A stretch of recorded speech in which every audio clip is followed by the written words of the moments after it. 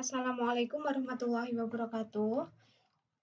Sekarang ini kita akan membahas tentang uji homogenitas menggunakan SPSS. Misalkan, ingat ya kalau homogenitas kan tadi untuk mengetahui apakah antara dua kelompok data atau lebih, bisa dua kelompok data, tiga kelompok data atau lebih, itu apakah variansinya itu sama. Nah, berarti itu kalian melakukan penelitian lebih dari satu kelompok. Misalkan kalian penelitian di dua kelas. Nah, kelas A itu kalian beri kode 1111111. Ini hasil belajarnya sudah kalian data.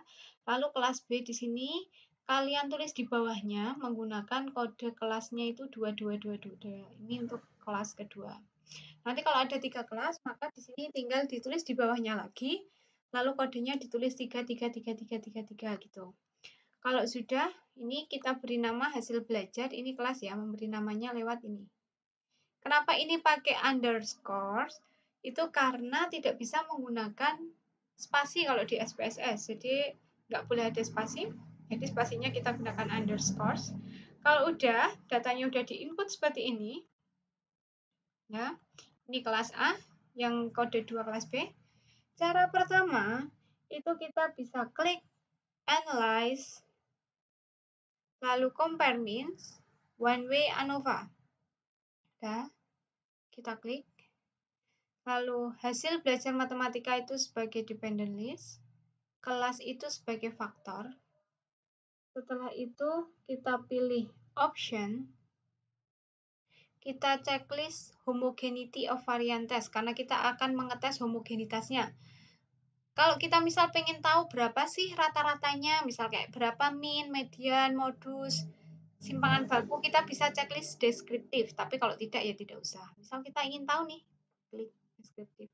Lalu continue, setelah itu oke. Nah, ini muncul outputnya. Di sini outputnya nih, kelihatan ya.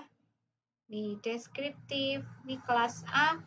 Deskriptifnya ini ada rata-rata kelas A berapa, rata-rata kelas B, kalau total rata-ratanya berapa, simpangan baku berapa, ini juga ada. Maksimum, minimum. Nah, sekarang kita akan fokus ke tabel hasil homogenitasnya atau test of homogeneity of variance. Nah, ini test of homogeneity-nya, ini signifikansinya adalah 0,071.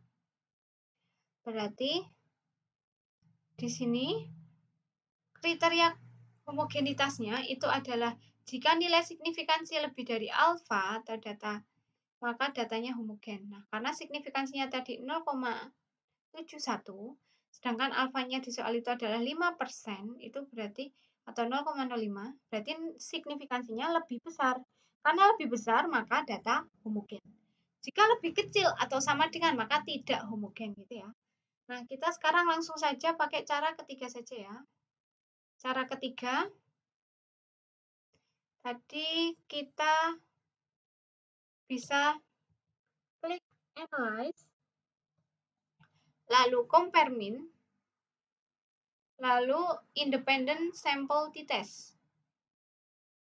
Analyze, Compare Mean, Independent Sample T-Test, kita klik.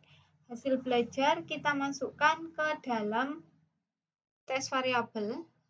Lalu kelas kita masukkan ke grouping variabel. Lalu define group. Grup 1 kita tuliskan 1, grup 2 kita tuliskan 2. Continue. Sudah. Kalau sudah tinggal oke. Nah, di sini kita fokus saja ke hasil Levin test for equality variance. Nah, di sini signifikansinya itu adalah 0,71. Berarti tinggal kita input saja di sini. Signifikansinya adalah 0,71, sedangkan alfanya 0,05. Karena signifikansinya lebih besar daripada alfa, maka data homogen. Ya, itu adalah uji homogenitas. Untuk manualnya itu kalian bisa melihat dari buku ya, di buku yang kemarin sudah diupload. Cukup sekian, wassalamualaikum warahmatullahi wabarakatuh.